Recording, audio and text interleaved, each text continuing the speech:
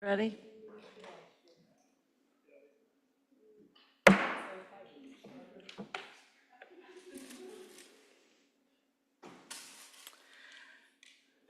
Good evening. Seeing a quorum of voting members in attendance, I call the November 13th Student Achievement and District Instructional Performance Committee of the whole meeting to order. Treasurer Wagner, would you please call the attendance roll? Mr. Craig? Here. Mr. Crossett? Here. Mr. Lindy? Ms. Mapp? Here. Dr. Moffett? Here. Vice President Weinberg? Here. President Bolton? Present. Interim Superintendent Murphy, would you please introduce the following presentations?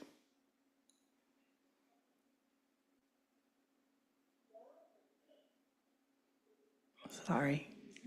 Up first, we have Imagination Library visitors here with us today, Ms. Christy High and Mr. Greg, I'm not going to say your name properly, Sumalas. Sumalas. That's close. Thank you. Hello, everyone. Thank you for having us. Thank you for having us again. Again, I'm Christy Hyde, the Senior Community Engagement Specialist and Literacy Coordinator at Cincinnati Children's. And I am Greg Shumlas. I'm a primary care pediatrician who gets to help Christy with the literacy programs.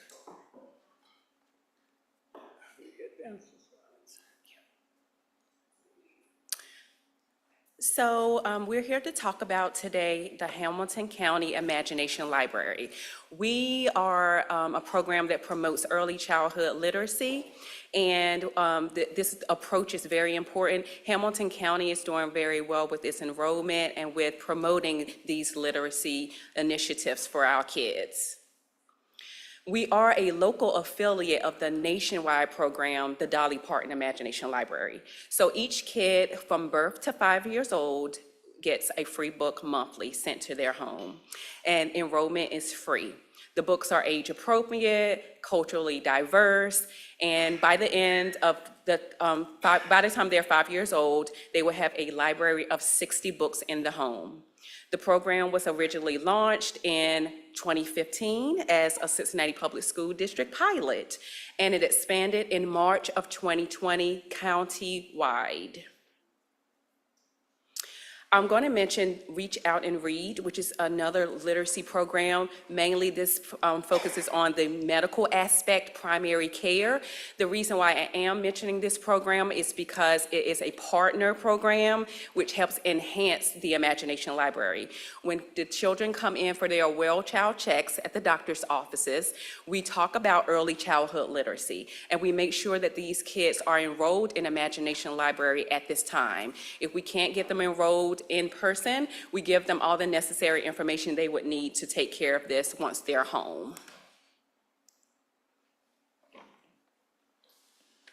All right, and so back in 2020, when the district started supporting the program, we had about 11,000 children enrolled. Today, now that we're countywide, we have 31,000 children in the Imagination Library in Hamilton County. That's about 63% of the eligible population 0 to 5. So more specifically, in the city of Cincinnati, we know we have 13,000 children enrolled. Of those 13,000, how many make it to Cincinnati Public Schools? We don't know. We don't have any way to determine that. What we do know is that of these 13,000 children, every year we have about 1,000 that are entering kindergarten in CPS.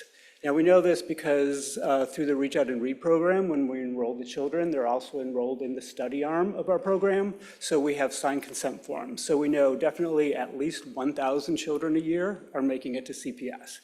So if we have 1,000 kindergartners, we have 1,000 4-year-olds, 3-year-olds, 2-year-olds, and on down. So of this 13,000, there are 5,000 that we are pretty confident that are going to make it to the Cincinnati Public Schools. So this is the population that we're asking the district support on, these 5,000 children.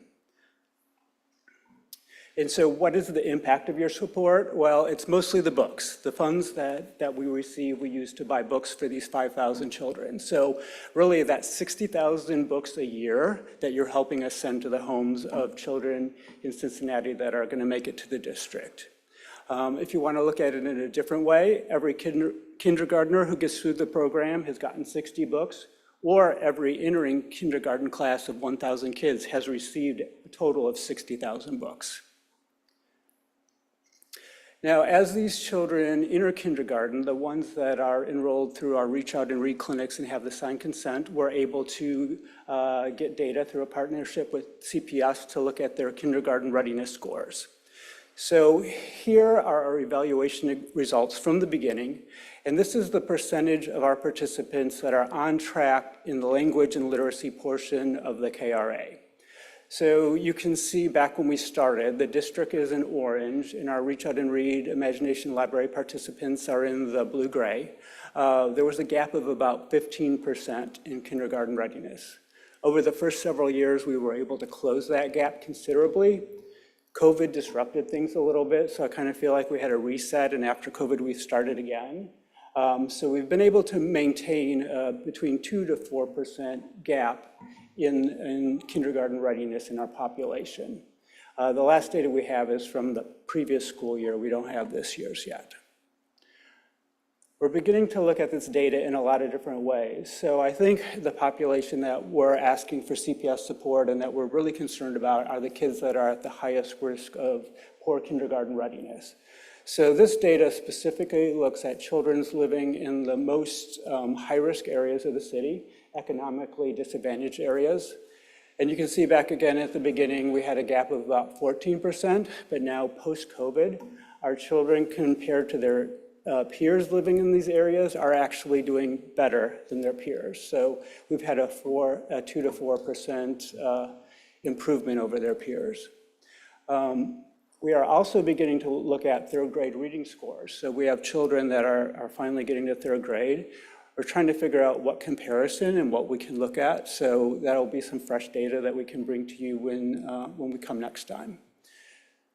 We should have a document that we also sent that has the full evaluation and goes through things in a lot more detail than I think we have time here. So I think another important aspect is that this has been really big. What you guys have helped us do here in Cincinnati has been an example for the nation, really.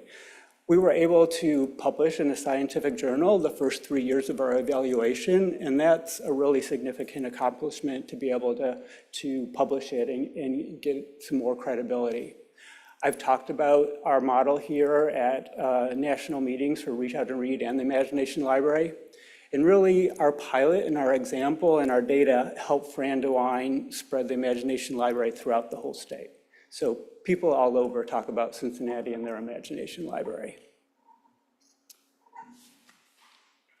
And so here we want to talk about the impact in the home. So with the program, parents indicate that the participation is really very, very beneficial for their home literacy environment. They take those books and they're able to engage with the kids, build vocabulary, all those things. The enthusiasm in reading increases, as you can see the numbers, 96%, 87% with sharing and reading in the home, and the time that the child spends alone with their books, 84%. Where they're just literally picking up the book, they're excited about it, they're trying to read on their own.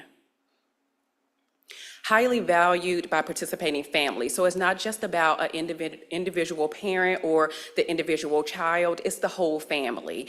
And so for the sake of time, I'm not gonna read all of these, but my favorite was, quite frankly, I can't thank you all enough. This was an absolute delight over the past 5 years. My son loved getting the mail, reading the books. The last book about getting ready for kindergarten was such a joy. So we get these messages all the time from the parents. We are overloaded. I could have sent you guys like a huge stack of these. Parents just automatically emailed us, thanking us for this program, thanking us for the support of Cincinnati Public Schools, what we do in the community as well to reach kids that aren't enrolled in this free program. And just some more verbatims from parents. I'll just read the last one. I think it has given them more variety of books consistently outside of books that are gifted. They get books that we might not have picked or thought about. They have been exposed and learned broader vocabulary. Their speech is well beyond kids their age. They both love reading, so they get so excited when they see we've checked the mail and they have a new book. It's something we get to connect with them on daily. So those things just touch my heart. The touchy-feely things about this program just makes me smile. And here's some awesome pictures. It's not only about the kids just getting these books in their homes, we're out in the community as well. And I give out books to kids at different events, festivals. We'll go into CPS and read some of these scholastic books to the kids. So they're benefiting in other ways other than just getting a book at home. And as Greg mentioned, Mrs. DeWine is very supportive of Cincinnati. She comes here for any of the events that we let her know that we're putting on, literacy related, imagination library related. All I have to do is email her and say, this is what Cincinnati is doing, and she will drop everything and come. As we're planning this big Cincy Read event that I mentioned last time I was here, of course, we are highlighting the Imagination Library. So I'm very hopeful that she will come to our closing events once that is over with, and we can talk about our success that we're going to have for the event. Community ties, we have amazing community ties in relation to Imagination Library. Everybody's very excited about it. As you can see, there's a vast list here. Of course, you guys are up there, Scripps Grant, the Amen group, just everyone. When you say Imagination Library, they want to jump in, they want to do what they can to help us be successful.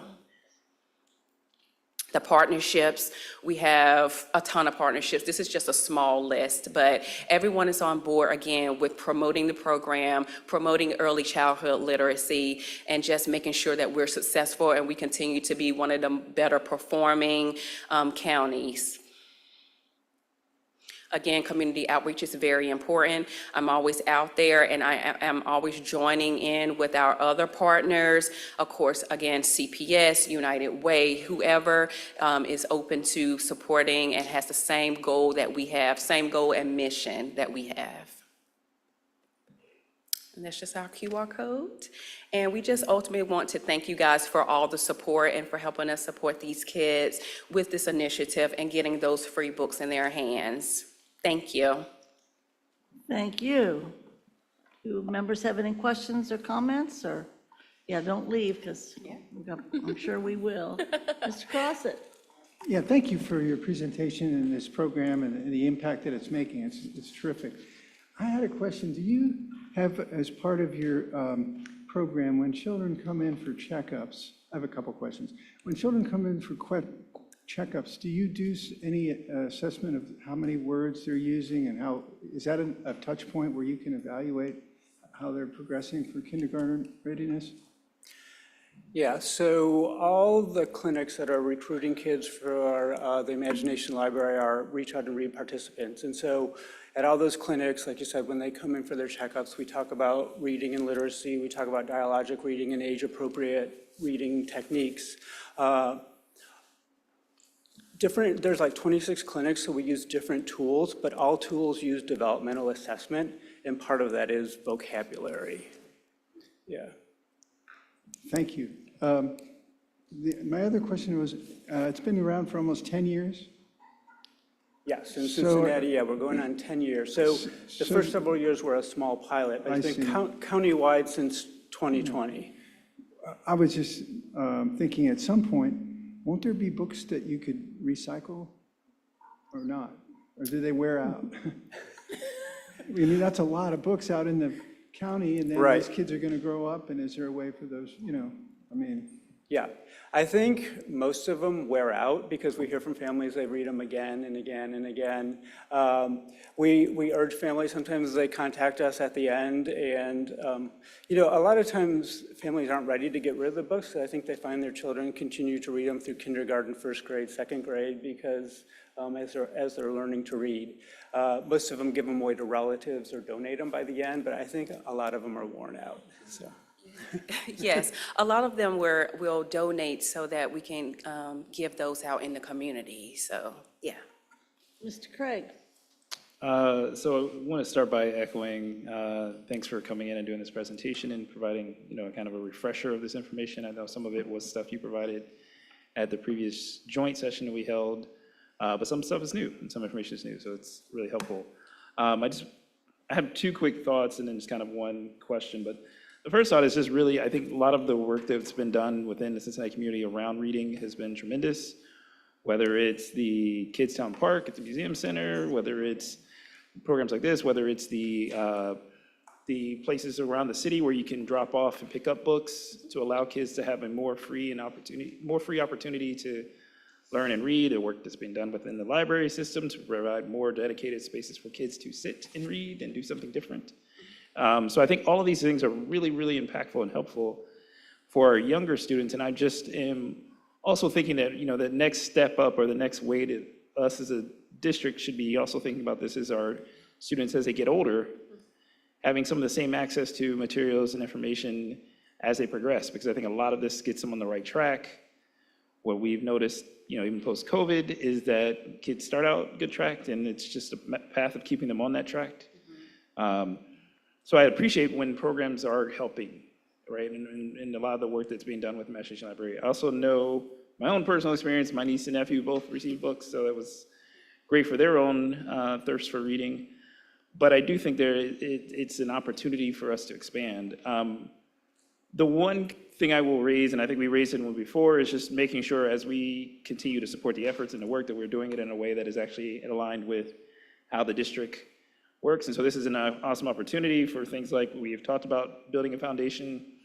This is a great way for a foundation to support these efforts and actually be more, and in some ways could be more supportive of the efforts than a district can, because the district has a limited purpose for how we can use our funds, whereas the foundation would have that opportunity to be able to use it in a more unique and dedicated way, be able to do things in that fashion. So it's certainly a purpose as the board is thinking about a foundation to add this as something that may go to the foundation as a way to support it, as opposed to necessarily limiting how we can support as a board. The one question I do have, how often are we seeing multi-generational households kind of coming up and getting the benefits? Like if we see one child get it, do the younger siblings often flow through that same pathway as well?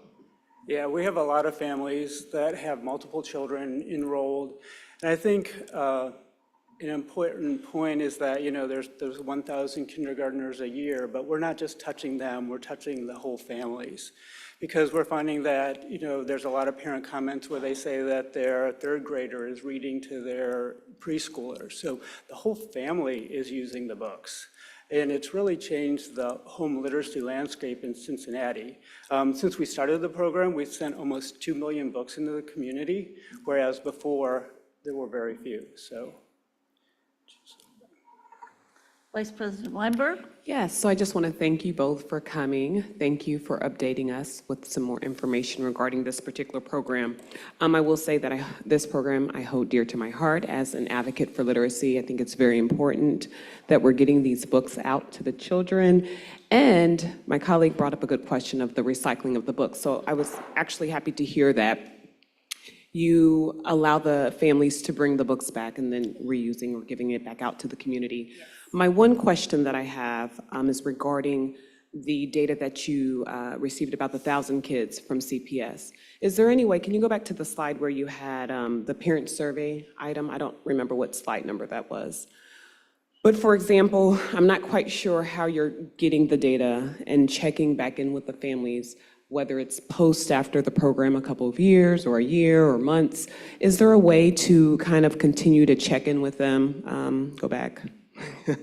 I think at the bottom it says parent survey item somewhere. Oh, no, it might be a little bit forward. Keep going, keep going. Oh, no. Take your time. All right, you'll eventually find it. But my question was, how or what are some new ways that you're thinking about in terms of trying to connect with those parents? So for example, if a parent is done with the program, you say that sometimes parents reach back out to you. Can you provide in your survey a possible question of, well, where do you plan on sending your kid to kindergarten? What school will they be attending? So then that way you can get a more accurate account of if it's a CPS school or if they're able to share that information and follow back up. I love that. We actually sent out a graduate survey. So we are in the process of kind of editing that and adding questions that we think would be more beneficial for the data. So that is something definitely that we can consider adding to the survey. Yes. Yeah, it's on our enrollment form, and it was really helpful when we first started because there were 3 and 4 years old enrolling and they kind of knew where they were going to go to kindergarten, but now they're mostly newborns and infants, so Right. families move a lot. But that's a great point, certainly something we can add to our graduate survey to get kind of a more sense where we are between that 5 and 13,000 children enrolled. Thank you for all that you do, and thank you for providing not only children, but their families with a love for reading. So thank you. Thank you. Other board members, Member Mapp. Oh. Yep. We have more additional questions. There's 7 It's of a us. whole row there. You headed that side, right? So thank you again for the presentation and the updated information that you provided. My question is around the data. I like that you all have provided metrics as it pertains to the KRA as well as the third grade reading assessment. So I think that is a great way for, you all and as well as us to kind of track how the program is being effective. As it relates to the data, I recognize that it's just the trend data over the years. Are there specific, targets that you all are anticipating or like a key performance index measure that you all will ultimately try to aspire to where you would want the students to be over a certain period of time as it pertains to those assessments? I think the biggest thing is just kind of closing that gap, and if we could get, with the district at large, if we could have everybody equal when they come to kindergarten, that would be the #1 goal, but certainly we would love to see our cohort pull ahead of the district at large, over time, so, yeah. Okay. And how often, so it's just after every year, or are you intermittently looking at like the data to see how things are trending? Yeah, this is every entering kindergarten class. Okay. That's what we have, yeah. So, Mr. Lindy? Thank you for everything that you're doing. I want to apologize for running in a little bit late this afternoon. I'm a big fan of this program, would like to do whatever we can to support it. So I had a question, but I just know from jump that I think what you all do is great, and I'm glad you're here. The comparison you have when you're looking at the impact of the program are for basically, I'm trying to make sure I understand it, kids of similar socioeconomic backgrounds, some of whom received the books, some of them did not receive the books. Is that right? correct, yeah. So this one is, the previous slide is this slide is the entire entering kindergarten class versus just our participants. And this is all of the children that are recruited in Reach Out and Read clinics. So in general, they're all the federally qualified health centers. Most of the insurance is Medicaid, so children at higher risk. But there's no other stratification in this group. The next group is an attempt to look at the children at highest risk. And so if you go forward one more slide for me. So these children, we don't get any economic data or income data with the results we get from CPS, but we have location. So this is based on census tract and a process that was published that looks at general household education level and income level in the census tract. So these are children in the areas of town that are most economically disadvantaged and at highest risk for poor kindergarten readiness. Yeah, that's great. That's great. I have a bunch of questions I want to ask because I'm always interested in how people set up the evaluation of their programs. I don't know that it's the best use of everyone's time, so I might follow up, and I just want to say thank you for all the work that you all are doing. Yeah. Thank you, Mr. Lindy. Dr. Moffett? So I think you've heard 6 other people say kudos, and so I won't skip that. I'll just say kudos. I do have 3 questions for you and a comment. I was able to meet with Mrs. DeWine when she came to the city around this, and she is super excited. She went to John P. Parker, and she was at one of the libraries, I think, in Indian Hill. She was super excited about it, and I didn't know as much then as I did now, so I was just smiling, and she was telling me a lot of stuff. So, but that little poster with Dolly Parton makes it look so real, like you're really standing there with her, and she's a little bitty lady too. So, that was good. I am very interested in the trend data around the 3rd grade reading. So I don't know how you would capture that, but I'm looking for, just the researcher in me is looking for how they're faring on their 3rd grade reading assessment. And I'm looking in your report, and even the small increase that you demonstrate here, it says that it increased from 27.4 to 29.6 in 1 year is great. So I'm really interested in how that cohort maintains and what we are able to see, recognizing that it may not be the same group of kids, but just the trend data overall. That's where, to me, the sweet spot of the efficiency on reading. I happen to get the books for my grandkids, and they don't know how to read yet, but they know Z, S, and A for their first name. So they're like, is my book here? No, this one's mine, not yours. So it's really effective. I want to ask a question around banned books. I learned this particular weekend, Vice President Weinberg and I were with the conference, and I think President Bolton heard it as well. Ruby Bridges' book is a banned book. Are you all seeing any books that you started, when you started the program, they were perfectly fine, but they may have been banned over the years? Are the book bans impacting you all in any way? Maybe No, too much, but. not really for our program. Since they do that selection down in Tennessee, like Okay. they have a whole group that is very meticulous Selective. when it comes to the selection. So, Okay. yeah, we haven't seen any or heard any issues about our books. So. I just was wondering if Yeah. that was impacting Ohio any, because I have some friends in different states, and they've had to remove some of their books for their preschool and kindergartners, and I just didn't know if that was impacting you all either. And the other thing I was going to ask about, any of the partnering agencies, are you all with like Leading Men Fellows, who we have a partnership with that is with the early childhood? Were they on your list? I don't know, but I work with them, like Okay. everyone, basically. I got you. That's why I said the list It is- might have been on there. I was looking through here, but Yeah. I'm just a big fan because reading is Yeah. fundamental. That's kind of how I was raised back in the 70s. Forget the time, but and I'm just super impressed with the work that you all are doing and looking forward to how its impact is more global with regard to the cohort. So thank you. Absolutely, thank you. Any other members have any questions or comments to follow up? I just have just a real quick couple. I see on this that there's just 3 school districts out of the 22 in Hamilton County that are participating in this, at least financially. Is that, it's Norwood, and it's St. Bernard, Elmwood, and Cincinnati? Is that, So we have partnerships with some other school districts, but we don't get any financial help from anyone except Cincinnati Public. okay. I'm just wondering if, what about Norwood or Elmwood Place? Not too sure financially? No. Okay. Thank you.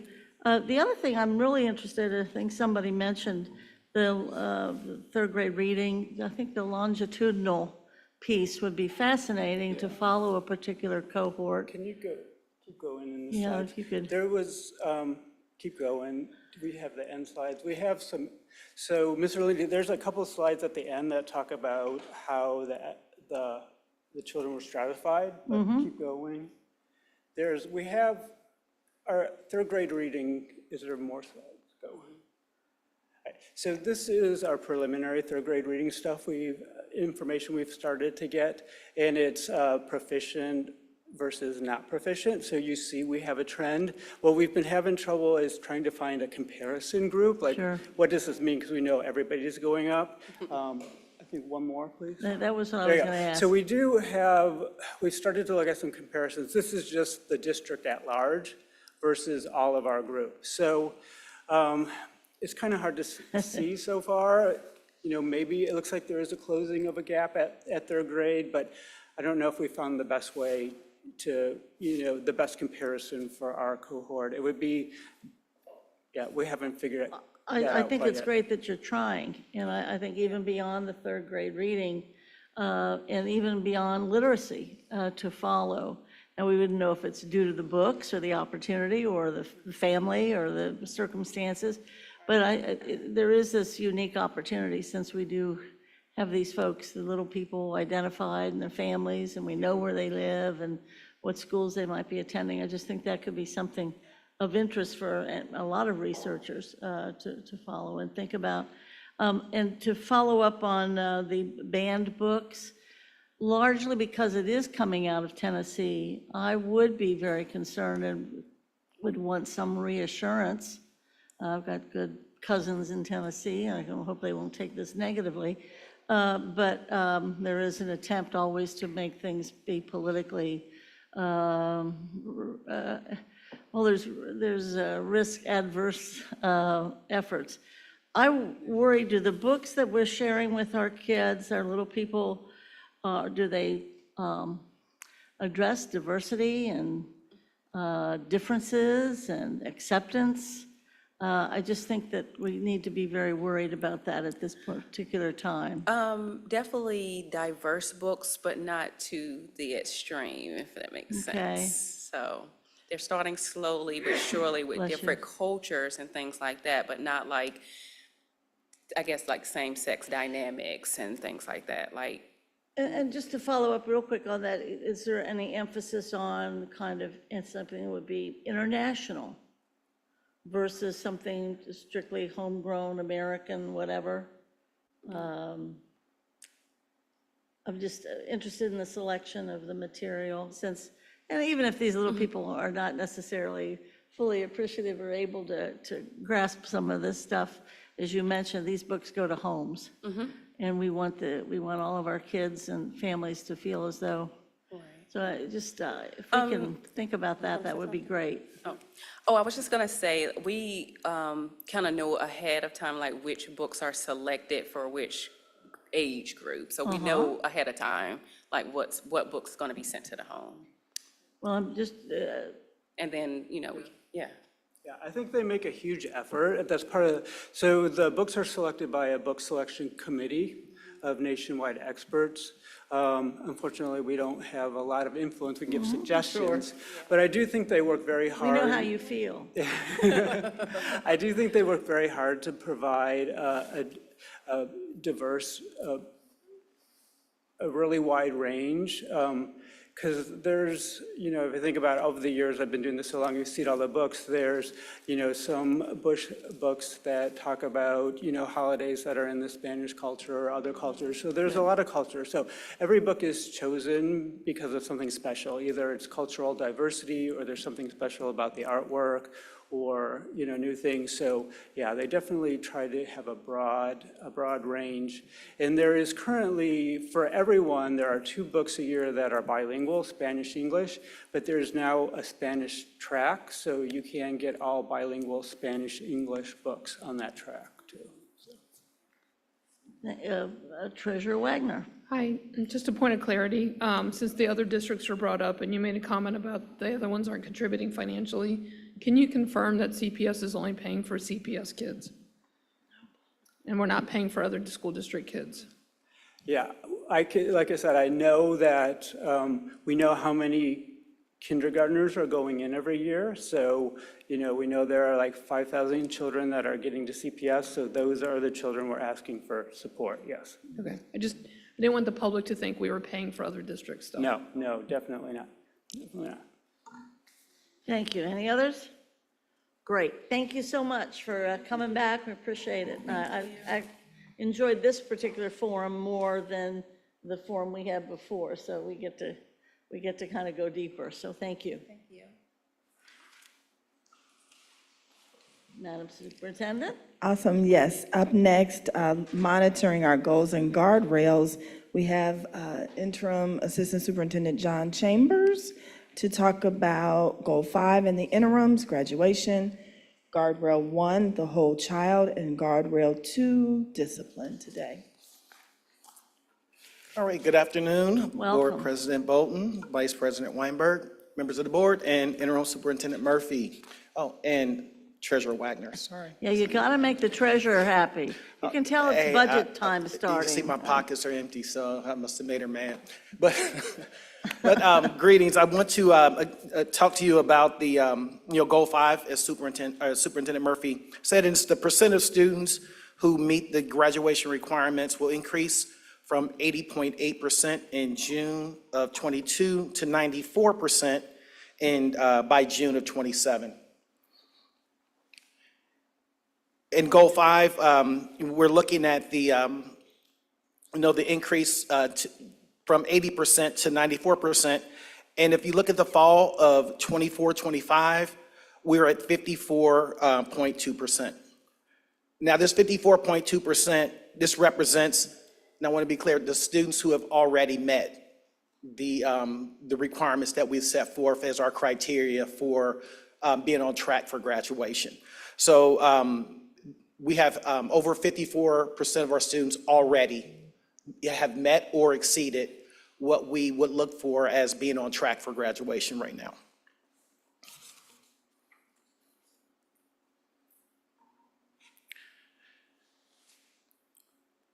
The percent of school year '23 10th grade students who are on track each year with credits for graduation will increase to 85% by May of 2025.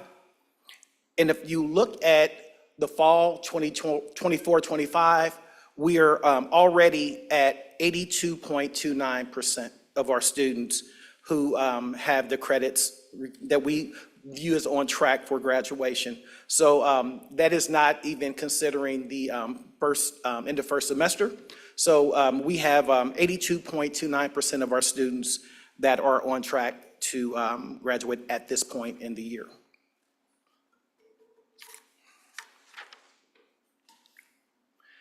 Goal 5B, the percent of school year '23 10th grade students who are on track each year with the seals for graduation will increase to 85% by May of 2025. Currently, we have 70.4% of our 70.4% of our students who are on track with that, having the 2 seals for graduation. And this is at this point in the year. So at the end of first semester, that data will look a little different because more students will have earned that second seal. But we are on track for to meet the target of 86%. And some of our key takeaways, the overall on track status is impacted by the students' competency needs. And the collaborative cohort meetings are actually showing some impact. And we will continue to collaborate with Department of Student Services with strategies to help our Hispanic and our students with disabilities with their graduation rates. And we will ensure that students are on a pathway if that is necessary for that individual student. And there is a focus on readiness. The component with the schools for with the counseling teams, that is going to be a focus for the counseling teams this year, the focus on readiness.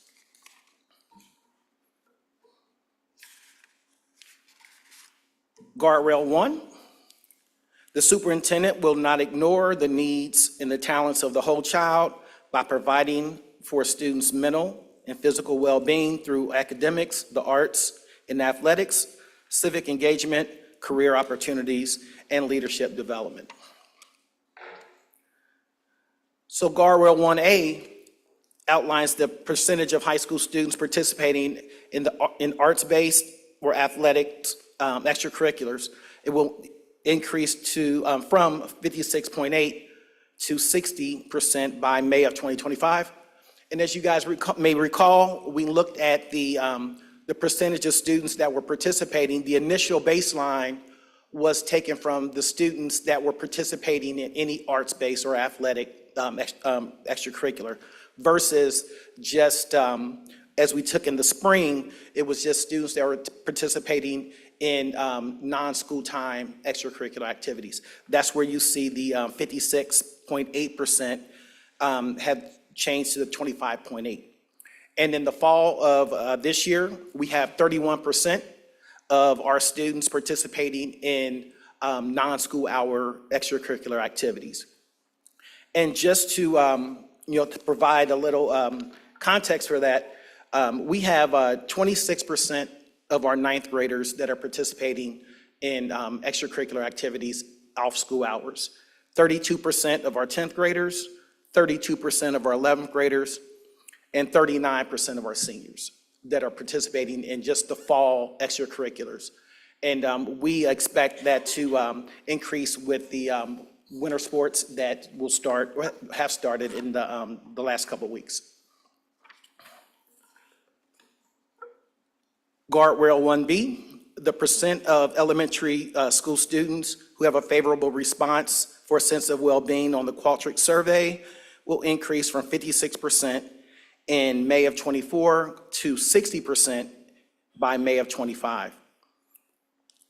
If you look at the results of the Qualtrics survey for the 24-25 fall, we have increased the overall sense of well-being from 56% to 61.1%. And we have seen increase in the favorable responses from almost every subgroup, say the Hispanic group who had a 1% decrease. So all the other subgroups, we had increases in the favorable responses with the exception of the Hispanic group. And some of our key takeaways are the athletic fall participation increase was a result of boys and girls soccer growth throughout the district. And athletic fall participation increase, and there were sports added at Walnut Hills with field hockey and water polo. Next steps, we have athletics and fine arts. We'll continue meeting on a monthly basis to collaborate on opportunities to provide more of those opportunities for students with the extracurricular activities. And we're going to have a continued focus on junior high programming and high school wrestling for the winter, and adding girls flag football in the spring. And guardrail 2, the superintendent will not allow discriminatory or culturally insensitive disciplinary treatment that results in disproportionate punishment among students to go unaddressed. So guardrail 2A is the percent of K-12 Black, Hispanic, and multiracial students with a Category 2 infraction compared to white students will decrease from 15.4 points in May of '23 to 12.5 points in May of 2025. And if you look at in 22-23, we are at 15.4 with the combined delta. This fall, we have a combined delta of 4.23. And so that, if you look at the change over the last 3 years from fall to fall, we have 15.4 down to 10.8 to now we're at 4.23, which is a change from last fall to this fall of 6.57. So we are definitely making, based on the data, we have, just far exceeded what we would really had looked for as a target of 12.5. Now, this is with a caveat. We are still looking at, is there impact on the transition to focus? Did that have impact on the number of referrals that have been put in? And we also looking at the restorative practices, and the PBIS, the renewed emphasis on some of those things. Did those have an impact? So it may be that the transition to focus had an impact on the number of referrals, but we also have to look at it, are the things that we're implementing as far as some of our things to make sure that our students are not receiving those Category 2 referrals, are those things working as well?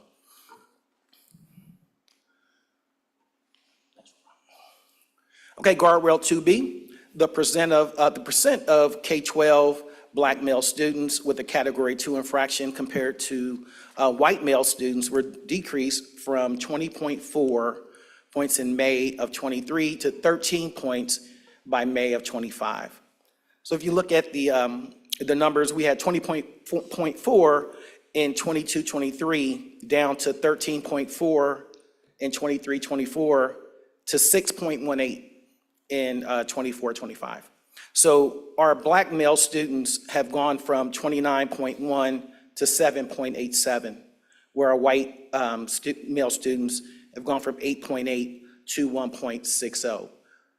A decrease in both, but the decrease in the black male Category 2 referrals, they've gone from, we were at 19.1 to 7.8, which is 11.23 decrease in the number of referrals for African-American students, whereas our white students went from 5.7 to 1.6, which is a 4.1% decrease.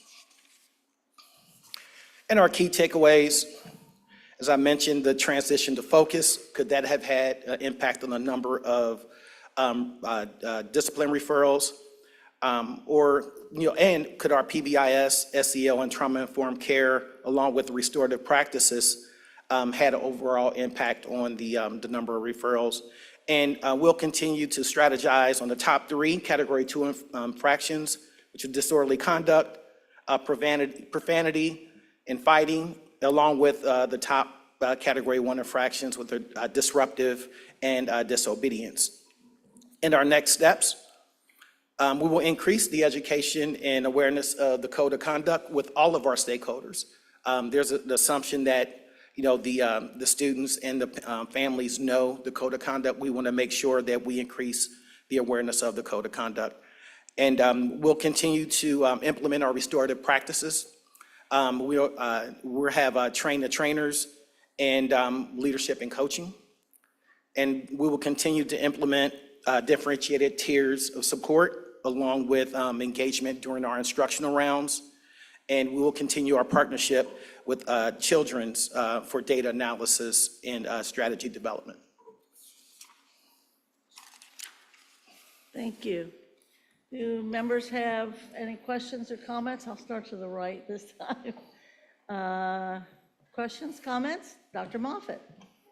So thank you for the report, Mr. Chambers. I am concerned because I think I've heard before on another report, and definitely with the principals, that how things are categorized and focused is very different than how they had been categorized. Some things that were tier 1 or tier 2 are kind of being lumped together, so our data is off. I had heard some serious concerns around focus for transportation, like just the record. I mean, there were some serious concerns with focus, not necessarily because it's focus, but because of the transition. Right. So my question is, I think I'm wondering about the validity of the data, because it's not apples to apples, it's apples to fruit. And so, for lack of a better analogy, is there a way that we could disaggregate that data so that it is truly representative of what we had last year, to demonstrate some flow of continuity, and then next year's data almost would have to be the same because it would be comparing, and because I just think that there has to be a way for us to get true or more true authentic data that's representative of what we know to have been the trend. The numbers are great, but they're almost too great because it's not, the reason is because it's not reflective of what we're truly inputting. So I'm just wondering what the plan is to represent what's really happened, with the thought that we know focus is, that the data's flawed. Slightly. We're going to work with IT to see if we can come up with what you just asked for, something that is more apples to apples, where the Category 1 infractions that were in PowerSchool will be reflective of the Category 1 infractions, or Category 2 in focus. So I will take that back to IT to see if we can pull that data apart so it would mirror a little closer to what we've had, so we can make a direct comparison. Okay, thank you, because that particular goal is pretty important, and it has been important across the nation, but particularly for us. So I'd really love to see some data that's more closely aligned and representative for me personally. Thank you, though. Is it okay if Jeremy come down and share a thought about that piece? I do want to add, what was pointed out in a meeting was those numbers were kind of overall, all of the categories, 1, 2, and 3, all put in. So I'm just thinking about, as I reflect on how we could dig a little deeper, if this particular guardrail was looking at category 2, and if the data that's being pulled from Focus is all, this still may be a good thing that's happening, but we will dig in deeper, to your point.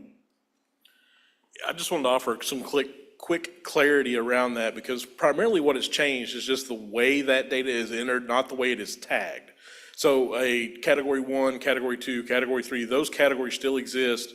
They're still presented, gathered, and the data is categorized the same way. So when we're looking at category 2 compared to category 2, we're only looking at those same incidents. The only variation that would be in there would be if a teacher or someone at the school was inputting it and chose a different category for some reason. But the way they put them in is what changed, not the particular categorizations. So that is still segmented the same. It is still comparing the same data in these reports. Thank you for that. I heard from one particular school, they reached out after we did a presentation around data, around this before, they were saying, for their particular school, the data that was being represented was overall and not disaggregated by category. So I'm wondering, and that's because they said something about how Focus was pulling it. So I'm just wondering, how can we get that? And they may have had to go in and do something different, I don't know, but. That's correct. That's particularly what they're talking about was a report that we provided, I believe at the last board meeting, which specifically was all incidents. That's what we were reporting intentionally for that location. Okay. So it was the total of all of them. This report differentiates that as for just category 2. Okay. But at that time, that is what we were reporting, was all incidents. Oh, gotcha. Thank you. Thank you for clarifying that.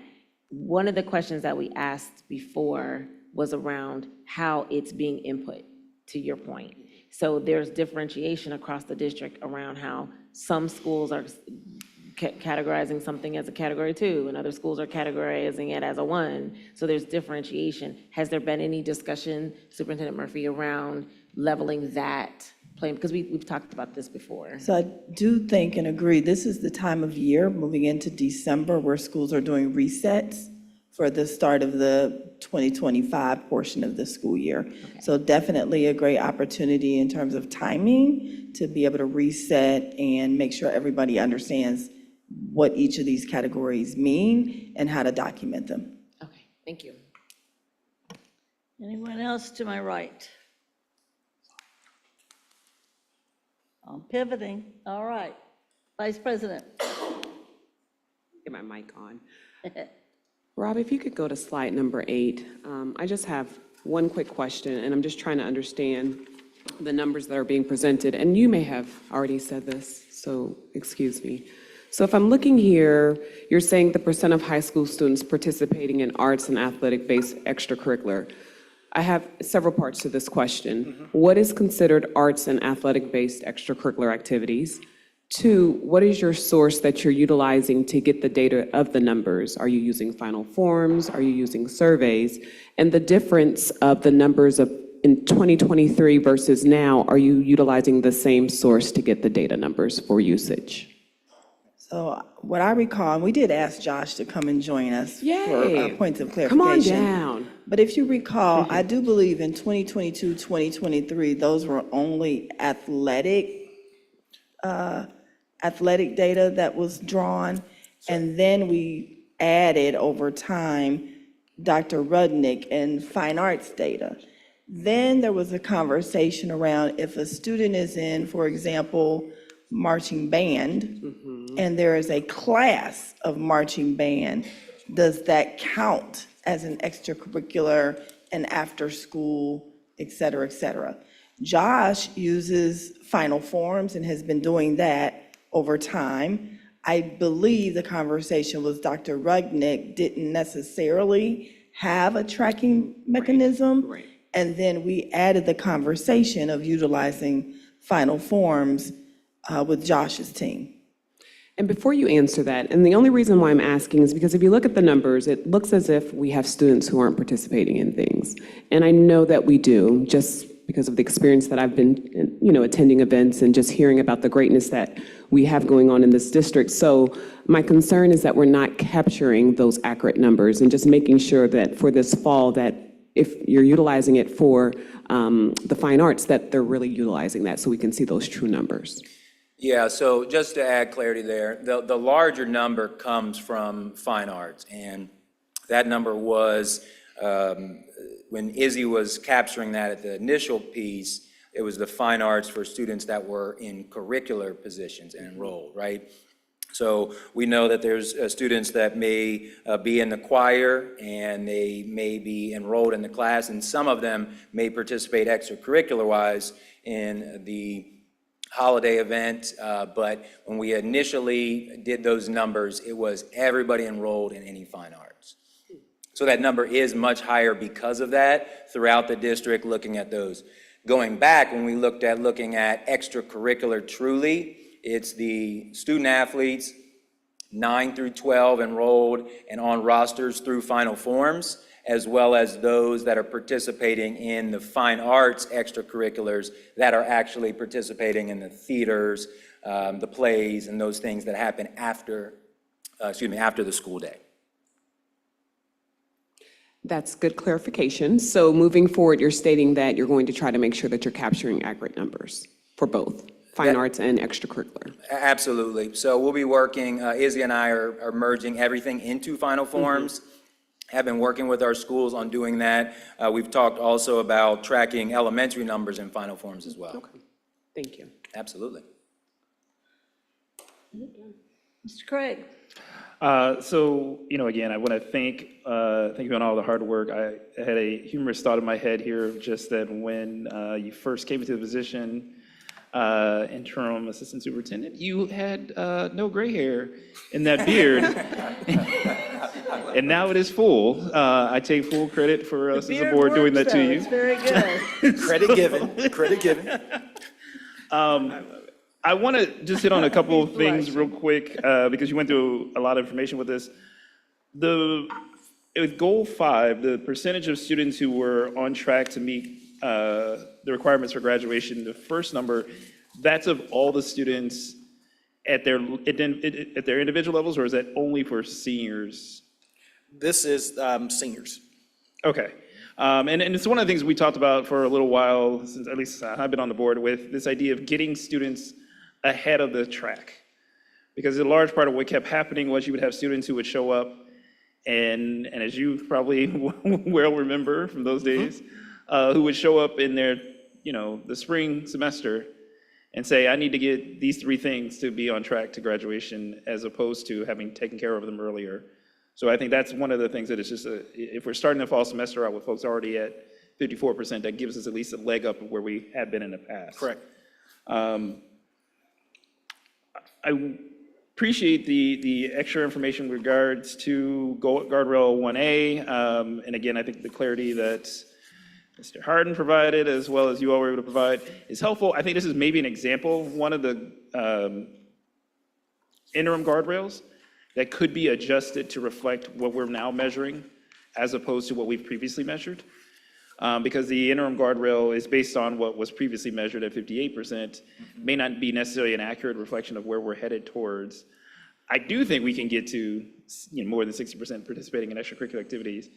I just also think that there's maybe a way for us to think about whether or not what we're measuring, so I'm thinking about things like academic bowls, quiz bowls, these type of things that are also, yes, they're academic, but they're also, also creativity involved, right? There are also things that may inspire some folks to utilize those skills in a more artistic or creative way, as opposed to just an academic way. Speech competitions, these types of things that are really outside of the normal course curriculum taught things, which is stuff we're actually wanting students to be able to have the opportunity to do. So this is just one where, for instance, we can always rethink of what the interim guardrail might be to ensure that. The other thing that I wanted to highlight, and I think this is where I I'm noticing a trend in some ways. What we have seen is a certain increase in the number, or increase in growth for Hispanic students and multiracial students on several categories over the time with regards to like some of our reading numbers, some of our math numbers, but that's also reflected in some of our behavioral numbers, because I think one of the things I observed, I'm trying to go back to which one it was there, but our students on track to get their SEALs, as well as our students on track for graduation. The largest growth were in our Hispanic students and our multiracial students. I don't think it's a coincidence that our Hispanic students are growing as we're providing more direct resources out to them and their families, as we're using more of the assistance to provide information within their natural language to their parents, and as we're getting more guidance on how to really work with our students who may be coming to us at various levels of English proficiency, various levels of past schooling, to keep them on track. I think it's just that the fact that we have that dedicated effort is showing it's making a difference in those communities. But one other thing that I think ties directly into that is our Hispanic students are also one of the ones that have seen the greatest number of, or the greatest change in their chronic absenteeism numbers. So what do we know? When students show up to school, they actually seem to do much better than when they don't. Yeah. I don't think it's a coincidence again. Like, I think these are things that show that doing these multiple steps will have a greater effect. The one question I do have with regards, though, to arts and athletics, I want to make sure, as we're talking about some of the changes that we'll be talking about with regards to phase 2 on Monday, that we're also keeping in mind that there are some programs and some opportunities for students that also cross-collab over 7th and 8th grade and 9th grade to 12th grade. And whether or not those opportunities will still exist in the same fashion or way. I think of this especially within arts and theater. We see a lot of kids who get their first opportunities to participate in a senior high musical when they're in junior high. You know, they start learning to play an instrument at 7th and 8th grade that prepares them to do this in 9th grade. And, you know, from my own experiences from when I was in high school, the first time I got to march on the field with the marching band was my 8th grade year. And we got to go out there and meet a lot of the folks I was going to see the next year in marching band. That has an effect on a student to now have made friends, to now have built relationships. And I do worry that's one of the things we will start to lose is some of that participation in activities that are outside of the normal school day. And how do we prevent that, or how do we address that concern? Because I do think that's one of those numbers that again, I want to see us do better, and I want to see us keep growing, but I'm very much concerned that if we don't have those paths that are basically feeders into programs within the high school, that we won't see that same growth in certain spaces. Again, I will again apologize for providing all your gray hairs these last few months that you've been working with this. We will work on that. Just for me. And I appreciate all the hard work you all are doing. Thanks. Mr. Crossett? Yeah, I did want to reemphasize what Board Member Craig said about slide 8. I think you do have to rethink that, because it would appear to me that the goal was set with different activities in mind, and so it may be the goal could stay the same, but there's probably more activities you can draw into that I think would be important. I think that was really my only question. I think that's all I had. Other comments? I have just a couple. Are we, these numbers are aggregate numbers. These are district-wide numbers.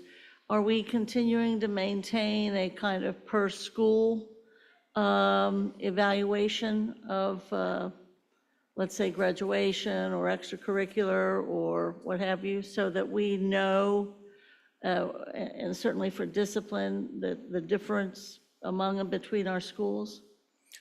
Yes, absolutely. We have final forms as it relates to extracurriculars for each school. Each athletic director supports that work.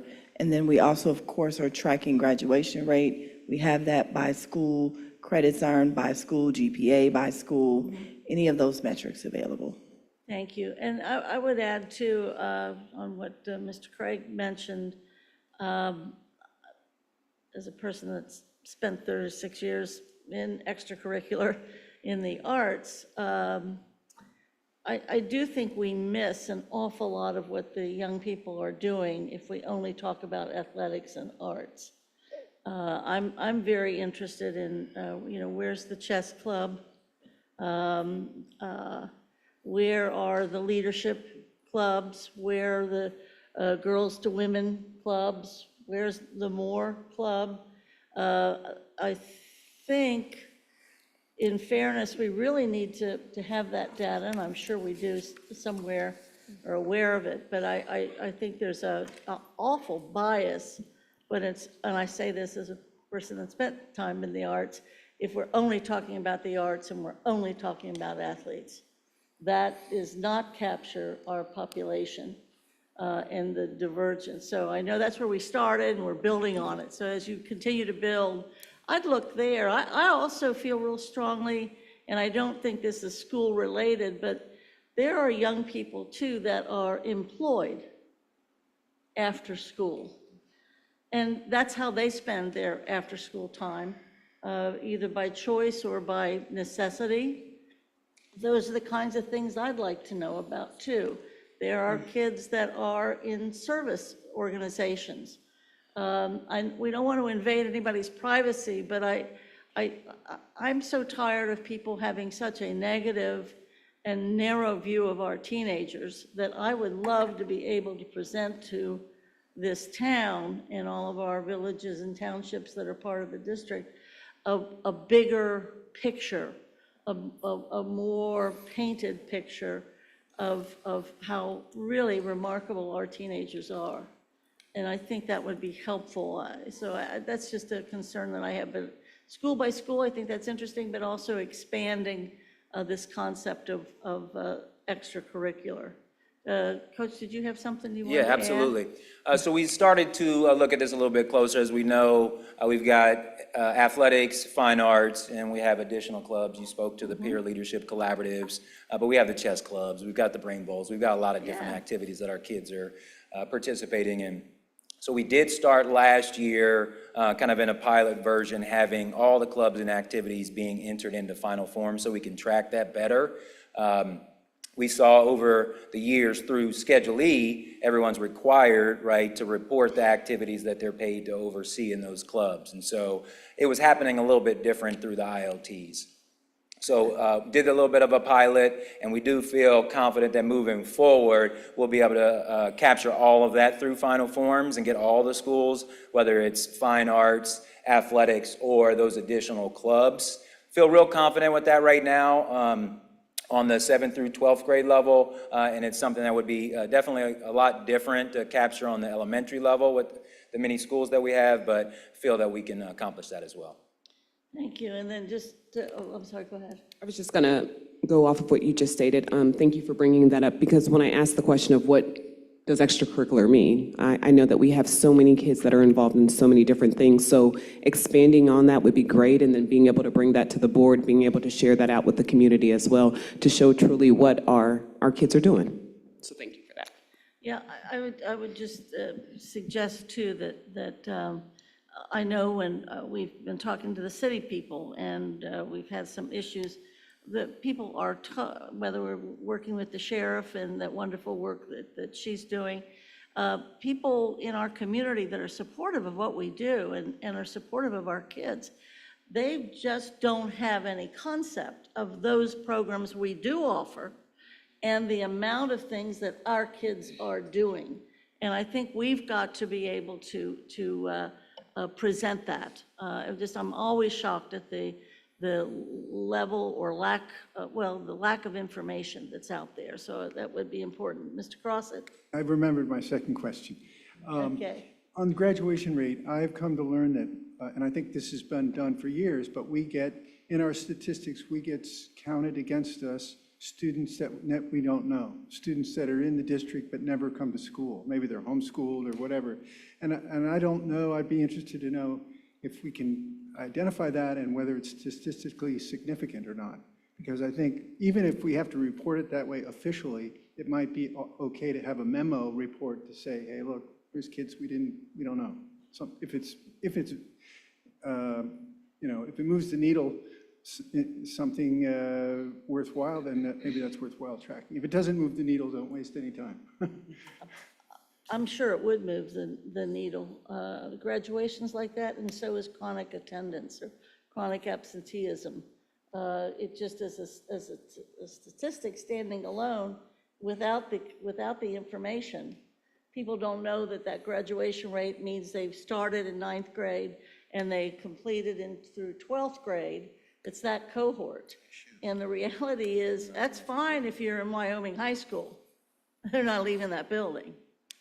But if you are in a giant urban district and you have 100 different languages and you're right on the border of 3 states, it's a completely different thing when you talk in terms of the mobility. So again, and we don't say any of this as excuse or anything of the kind, but as an explanation so that people have a better understanding of the work that everybody's doing, including our kids. Other comments? Yes, Member Matt. Yes, thank you. So can you just explain the process of final forms? Like, is this an administrative input from, I guess, you all's end, or is this something that the students and the parents sign up in or sign into once they begin the athletic extracurricular activity or club? Like, how is that, I guess, what does that process entail? Just tell me a little bit more about the final form. Sure. I would say it's a both and. Athletics is a little bit different in that there would be required paperwork that everybody signs. So a lot of different documents that the student athlete has to sign, as well as the parent. So a student would register to try out for a team. It's winter season, so basketball, they want to play on the basketball team, they'll register, sign a bunch of documents to be eligible to participate, and then once they make that team, the coach and athletic director will officially roster them on the team. And so once they're on the roster, then they're officially in our numbers and our data. So that's athletics. For those clubs and fine arts that may not have the required paperwork to be signed through final forms, the administrator will just go in. Jeremy and his team done a great job of integrating where Focus and previously Power School will speak on a nightly basis to Final Forms and pull all of our students' data over there. And so I can come in and the Clark Steel Drum Band director will come and can click the 30 kids on the Steel Drum Band in the 9th grade and the 20, and then they can officially roster them. So athletics is a little bit different, try out, fill out a bunch of paperwork, and then the other clubs and activities, you can just come in as an administrator and say, these are the kids participating. Okay. And then my other, I guess, question and thought is, as we're discussing maybe expanding what extracurricular activities look like, wouldn't we have to change maybe the baseline data as we're integrating more, activities or clubs in this regard? And then the other point is, or the other question is around just the target date for, whatever the target goal would be for the 24-25 year. When would that be, I guess, fleshed out? That's on page 8. That would probably be something the senior leadership team would have to come back to the table as a whole, including Josh, including Dr. Rudnick, probably including Sierra Badgett and the school community partnership work where the peer leadership collaboratives live. We could turn that around pretty quickly. Okay, but the winter projections would be kind of that baseline data, again, if we're projecting out more extracurricular activities being included in this number? Yes, so I think what I wrote is I heard multiple board members saying this might be an area where we would change what that goal kind of looks like. So I'm hearing a shifting from arts and athletics to being more encompassing of kids' involvement, extracurricular overall, put it that way. So we're happy to do that. Okay. Any other comments, questions? All right. Thank you. Thank you. Thank you.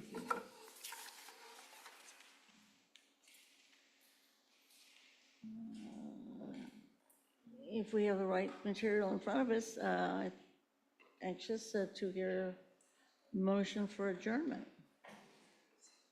Who might want to give that motion? So moved.